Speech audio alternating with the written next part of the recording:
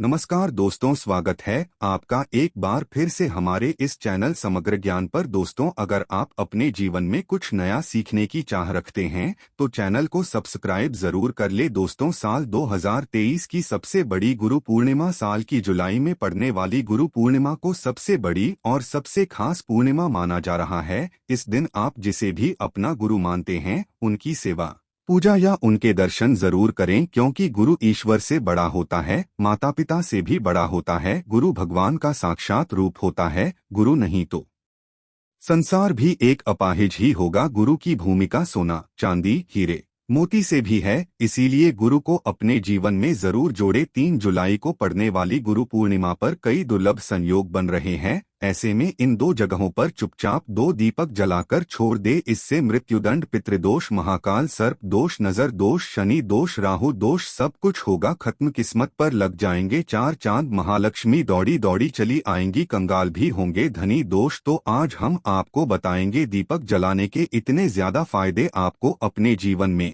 मिलते हैं और किस तरह आपको दीपक जलाना चाहिए, कौन सी दिशा में, जिससे आप बहुत ज्यादा तरक्की हासिल कर सकें और अपने जीवन में सभी बाधाओं को खत्म कर सकें। सबसे पहली बात तो आपको ध्यान में रखनी चाहिए कि अपने घर के मंदिर में रोजाना ही आपको दीपक जलाना चाहिए। तभी भी ऐसा नहीं होना चाहिए कि आपने दीपक ना जलाया हो, क्योंकि घर के मंदिर में रोजाना दीपक जलाना बहुत ही जरूरी होता है। इसी से आपके घर से सभी नेगेटिव एनर्जी बाहर निकलती है। अगर आप कोई भी दीपक नहीं जलाते हैं घर के मंदिर में या फिर अपने घर में शाम के समय, तो इससे आपके घर का वातावरण बहुत ज्यादा नेगेटिव तो होता ही है। आपके घर की परेशानी भी बहुत ही ज्यादा बढ़ने लगती है। घर का जो मुखिया होता है उसे बहुत ज्यादा ही मेहनत करनी पड़ती है। इसकी वजह से परेशानी, डिप्रेशन और टेंशन में घर का मुखिया पहुंच जाता है। शाम का समय हिंदू धर्म में ज्यादा महत्वपूर्ण माना जाता है और जो लोग शाम के समय कभी भी घी का दीपक या फिर तेल का दीपक अपने घर में नहीं जलाते हैं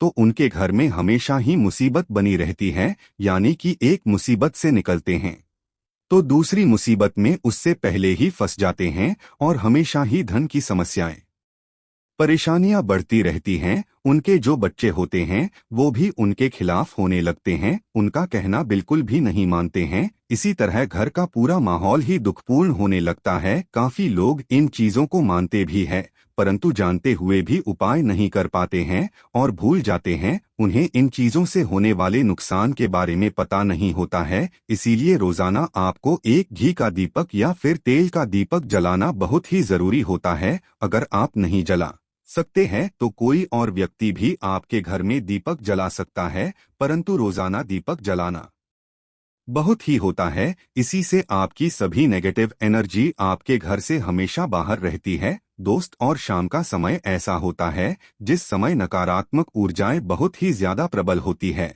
और आपके घर में प्रवेश कर जाती है। ऐसे में अगर आप घर में या घर के मंदिर में दीपक नहीं जलाते हैं तो नेगेटिव एनर्जी आपको बहुत ही ज्यादा परेशान करती है, आपके सभी काम बिगाड़ने लगती है। जिस समय सूरज डूब जाता है उसी समय ये नेगेटिव बहुत ही ज्यादा प्रबल हो जाती है। उसी समय आपको मुंह हाथ पैर धोकर दीपक जलाना चाहिए। अगर आप खुद नहीं कर सकते हैं तो कोई और व्यक्ति भी आपके लिए ऐसा कर सकता है। दोस्त, अब जिस घर में बहुत सारे लोग बीमार रहते हैं या फिर बीमारी कभी भी ठीक नहीं होती है तो ये भी एक संकेत होता है कि आपके घर में बहुत ही ज्यादा नकारात्मक ऊर्जाएं हैं जो परेशानियों को, बीमारियों को, मुसीबतों को बहुत ही ज्यादा बढ़ा रही है। सभी चीजों को खत्म करने के लिए आपको अपने घर में जब सूरज ढल जाता है तो उस समय घी का दीपक या फिर सरसों के तेल का या फिर तेल के तेल का दीपक भी पूर्व दिशा में आप जला सकते हैं। परंतु रोजाना इन चीजों को करना बहुत ही जरूरी है, तभी आपको इसके लाभ मिल पाते हैं। अगर आपके घर में धन से जुड़ी समस्याएं, नौकरी व्यवसाय से जुड़ी हुई कोई भी समस्याएं हैं, अगर ऐसी समस्याएं बहुत ही ज्यादा होती हैं तो अपने घर के उत्तर दिशा में रोजाना ही घी का दीपक जलाना चाहिए। इसे एक भी दिन आप मिस ना करें। अगर आप रोजाना उत्तर दिशा में घी का दीपक जलाते हैं तो इससे आपकी धन से जुड़ी हुई समस्याएं खत्म हो जाती हैं। जिन लोगों को नौकरी नहीं मिलती है तो उनको भी नौकरी मिलने लग जाती है। और अगर वही व्यक्ति जिसको परेशानी है और वही अगर रोज दीपक जलाता है तो इससे मिलने वाले फायदे और भी ज्यादा हो जाते हैं। शाम के घी का दीपक या फिर तेल का दीपक जलाना बहुत ही जरूरी होता है। आप कभी भी इन चीजों को नजरअंदाज ना किया करें, क्योंकि इन्हीं से आपके जीवन में परेशानियां बढ़ जाती है और आपको मुसीबतों का सामना करना पड़ सकता है। आपको ये जानकर हैरानी होगी कि जो भी घी का दीपक आप जलाते हैं, उससे जो निकलने वाली ऊर्जाएं होती है, वो आपके घर में जब फैलती है तो इससे घर का माहौल एकदम से सुखमय बनने लगता है, यानी कि पॉजिटिव होने लगता है। घर के सभी लोग शांति से रहने हैं। इसी तरह से जो तेल का दीपक होता है, ये भी जब जलता है तो इससे आपके आसपास जितनी भी नकारात्मक ऊर्जाएं हैं वो खत्म हो जाती है, क्योंकि इन दीपकों से निकलने वाली जो ऊर्जाएं होती है, धुआं होता है, वो नेगेटिव एनर्जी को बाहर निकालता है और आपके आसपास की एनर्जी को पॉजिटिव बनाता है। तो ये बहुत ही जरूरी चीजें हैं। शाम के समय कभी भी आप इन चीजों को कभी मिस ना किया करें, तभी आप अपने जीवन में सफलता पा सकते हैं और आपकी जितनी भी मनोकामनाएं हैं वो भी पूरी होती है। दोस्तों, हम अपने घर के घर पूजा पाठ करते हैं और मूर्ति आदि रखते हैं। दोस्त, मूर्ति का क्या महत्व वह होता है, आज हम आपको इस वीडियो के माध्यम से बताने वाले हैं। जिस घर के पूजा घर में एक साथ ये दो मूर्तियां होती हैं, वहां पर बनता है राजयोग और दुनिया आपके कदमों में आ जाती है। कहने का तात्पर्य ये है कि आपको सर्वसुख हासिल हो जाता है, जिसकी आपने कल्पना की है, जिसकी आपने मनोकामना मांगी है। दोस्त, घर के पूजा घर में हम पूजा करते हैं, पूजा पाठ करते हैं और पूजा पाठ के माध्यम से कुछ चीजें देखने और मनाने आदि का प्रयत्न करते हैं, ताकि हमें उस पूजा का फल हासिल हो जाए और हम उसी अनुरूप घर के अंदर मूर्ति आदि लगवाते हैं, ताकि हम उन देवी देवताओं का सुंदर मुख देख सके और उनका आशीर्वाद हासिल कर सके। परंतु दोस्तों, अगर हम अपने घर के पूजा घर में इन मूर्तियों के साथ अन्य मूर्तियां भी रखते हैं तो तौर पर हमारी किस्मत बदल जाती है और देखते ही देखते हमारे जीवन के अंदर की सारी कंगाली समाप्त होने लगती है। दोस्तों, बात करते हैं उन मूर्तियों के बारे में कि आखिर कौन सी दो मूर्तियां एक साथ में आपको रखनी चाहिए ताकि उसका सच्चा सर्वसुख आपको हासिल हो सके। और सबसे पहले अगर हम किसी मूर्ति की बात करें तो दोस्तों, अगर आप श्री कृष्णा के भक्त हैं और बाल गोपाल की मूर्ति रखते हैं, तब आपको भगवान कृष्णा के साथ माता रानी राधा जी की मूर्ति भी आपको जरूर रखनी चाहिए। दोस्त, या भगवान कृष्णा की अगर आपके घर में तस्वीर है तो उसके साथ राधा जी की भी तस्वीर संयुक्त जोड़े के रूप में आपको लेकर आनी चाहिए। दोस्तों, ये प्रेम और एकता की एक ऐसी अनोखी मिसाल है कि जिस घर में इन दोनों की तस्वीरें होती है तो समझ लीजिए उस घर के अंदर किसी भी तरह का गृह क्लेश नहीं होता है। दोस्त, और पति पत्नी परिवारजनों के बीच परस्पर प्रेम रहता है और घर में धन धान्य में अपने आप ही वृद्धि होती है। इसीलिए ये जरूरी माना गया है, अगर आप भी इन मूर्तियों को रखते हैं तो निश्चित तौर पर आपके जीवन में अपने आप ही फायदा हासिल हो जाएगा। दोस्तों, कई लोग अपने घर में माता लक्ष्मी की पूजा करते हैं तो सोचते हैं कि भगवान विष्णु की भी पूजा करें या ना करें, या फिर उनकी मूर्ति साथ में रखें या ना रखें। दो हमेशा भगवान श्री विष्णु जी और माता लक्ष्मी की पूजा आपको एक साथ करनी चाहिए। दोस्त, देवाधिदेव महादेव भगवान विष्णु और भगवान ब्रह्मा जी तीनों ही देवताओं को सर्वशक्तिमान देवता माना गया है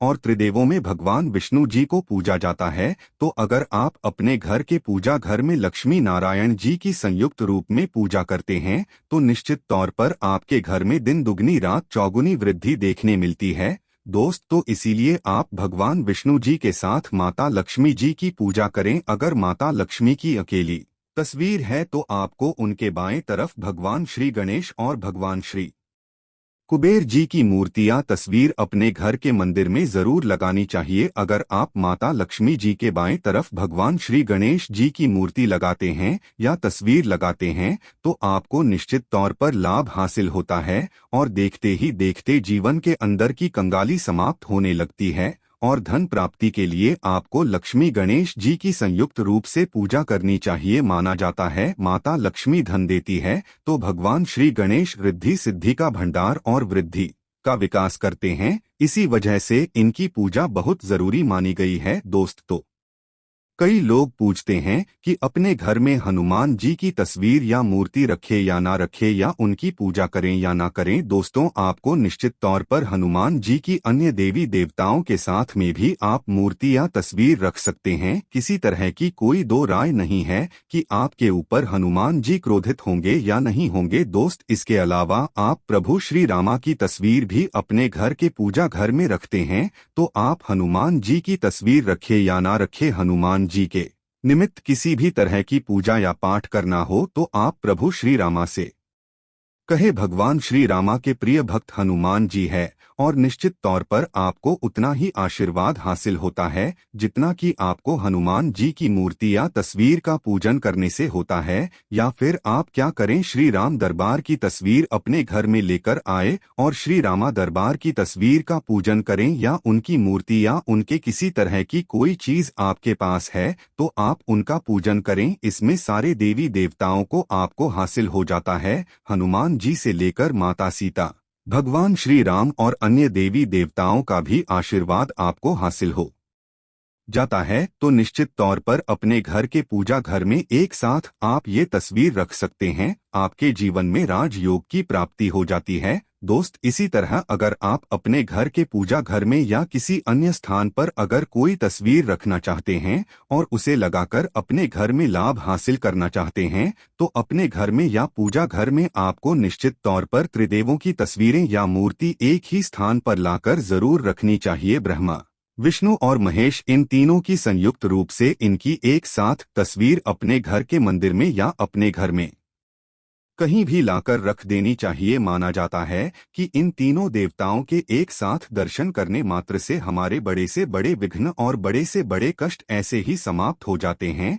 इसी वजह से इन तीनों के साथ में तस्वीर या मूर्ति लाकर आपको पूजा जरूर करनी चाहिए। दोस्तों, अब बात करते हैं कि कुछ ऐसी तस्वीरें होती है या ऐसी मूर्तियां होती है जिनको आपको अपने घर के पूजा घर में स्थान ही नहीं देना चाहिए। अगर आपने इन तस्वीर या मूर्ति को अपने घर के पूजा घर में स्थान दिया है तो समझ लीजिए कि आपको कंगाली का सामना करना पड़ेगा या फिर देवी देवताओं के क्रोध का सामना करना पड़ेगा। दोस्त, और एक बात बता दें कि मंदिर में कभी भी विषम संख्या में गणेश जी की मूर्तियां ना रखें, जैसे कि 1, 3 या 5 ऐसे रखना अशुभ माना जाता है। 2 मूर्तियों को एक साथ रखना शुभ माना गया है। अगर आप सिर्फ गणेश जी की मूर्ति रखते हैं तो इसके अलावा किसी भी तरह की मूर्ति आपको नहीं रखनी चाहिए। दोस्त, और इन्हें स्थापित करते वक्त ध्यान दें कि गणेश जी का चेहरा हमेशा घर के मुख्य दरवाजे की तरफ होना चाहिए, ताकि आपको अच्छे और सच्चे धन लाभ की प्राप्ति हो। और इस बात का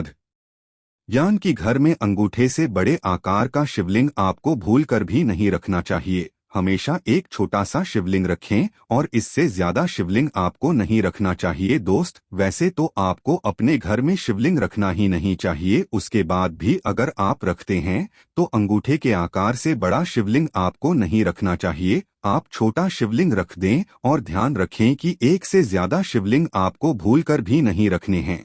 घर में अगर आप रखते हैं तो शिवलिंग के ऊपर आपको तुलसी भूलकर भी अर्पित नहीं करना चाहिए। अगर आपने शिवलिंग रख लिया है और उस पर तुलसी अर्पण कर दी है तो देवी देवताओं के क्रोध का आपको सामना करना पड़ेगा। दोस्त, मंदिर में हमेशा अगर आप हनुमान जी की तस्वीर रखना चाहते हैं, आप हनुमान जी के अनन्य भक्त हैं, तो बैठे हुए हनुमान जी की मूर्ति ही रखें। बजरंगबली रुद्र भगवान शिव के अवतार हैं, इसीलिए उनकी भी शिवलिंग की तरह ही मूर्ति रखें। साथ जो पति पत्नी होते हैं, वैवाहिक जीवन आपने नया स्टार्ट किया है, तो हनुमान जी की मूर्ति या तस्वीर अपने कमरे में, अपने बेडरूम में आपको भूलकर भी नहीं रखनी चाहिए, अन्यथा आपको आपके जीवन में कई तरह के दोषों का सामना करना पड़ता है। दोस्तों, हनुमान जी ब्रह्मचारी है तो इस बात का आपको ध्यान रखना चाहिए। दोस्त, और राधा कृष्ण की मूर्तियां अगर आप जैसे अपने शयन कक्ष में सोते हैं और वो आपके बेड के सामने की तरफ रखी है कि जैसे कि आप सुबह उठे और आपको उठते ही पहले उनके दर्शन हो जाएं, तो समझ लीजिए कि आपका जीवन मालामाल होने वाला है। किसी भी तरह का कोई दुख धन की चिंता आपके जीवन में नहीं रहेगी। दोस्त, इसी तरह अगर माता दुर्गा की तस्वीर आप अपने घर में लेकर आना चाहते हैं और चाहते हैं कि माता दुर्गा की तस्वीर के माध्यम से आप अपने जीवन में समृद्धि देखें तो दोस्तों भूल कर भी आपको माता दुर्गा की क्रोधित अवस्था की तस्वीर जैसे की तस्वीर या फिर महिषासुर का वध करते हुए या क्रोधित अवस्था में माता लक्ष्मी की माता दुर्गा की तस्वीर लाकर आपको उनकी पूजा नहीं करनी चाहिए। दोस्तों हमेशा शांत और सुंदर मुख वाली तस्वीर ही अपने घर के अंदर लाकर पूजा करनी चाहिए, बहुत ही शुभ और मंगलकारी माना जाता है। दोस्त इस बात का ध्यान रखें कि अगर आप अपने घर में मूर्तियां रखते हैं तो आपको इनको भूलकर भी टूटे हुए चावल नहीं चढ़ाने चाहिए। बेहतर आप हल्दी में चावल को पीला करके ही वो चावल चढ़ाए, परंतु टूटे हुए चावल आपको भूलकर भी माता लक्ष्मी को या अपने घर में देवी देवता को नहीं चढ़ाने चाहिए। दोस्त इसी तरह इस बात का भी ध्यान रखें कि अपने घर के मृत परिजनों या पूर्वजों को मंदिर में स्थापित न करें, ऐसा करना अशुभ माना जाता है। और अगर आप ऐसा लगातार कर रहे हैं तो निश्चित तौर पर आपके परिवार के ऊपर दोष लग सकता है और पितरों का भी दोष लग सकता है कि पूजा एक अलग स्थान पर की जाती है, घर के मंदिर में उनको स्थापित नहीं किया जाता है। दोस्त तो इसी तरह भगवान भैरव की तस्वीर या भगवान शनि देव की राहु केतु के इस तरह की तस्वीरें अपने घर में ही नहीं लेनी चाहिए। प्रतीकात्मक रूप से आप घर के पानी रखने के स्थान पर उनकी पूजा कर सकते हैं, क्योंकि इनकी साधना तंत्र मंत्र और विशेष महत्व द्वारा की जाती है। घर के अंदर आप ऐसे ही इनकी पूजा पाठ आप नहीं कर सकते। इनकी पूजा पाठ में अगर किसी तरह की कमी रह जाती है तो उनको बहुत ज्यादा क्रोध आ जाता है, इनके क्रोध का आपको सामना करना पड़ता है। इसी वजह से आपको इस तरह की तस्वीरें या मूर्तियां अपने घर के अंदर नहीं रखना चाहिए। और जो पहले हमने आपको बताया उस तरह की तस्वीरें तो निश्चित तौर पर आप रखकर अपने जीवन में फायदा हासिल कर सकते हैं। दोस्तों अगर आप भगवान शिव से प्यार करते हैं तो कमेंट बॉक्स में लिखें हर हर महादेव, ओम नमः शिवाय, जय शंकर, एक लायक तो बनता है।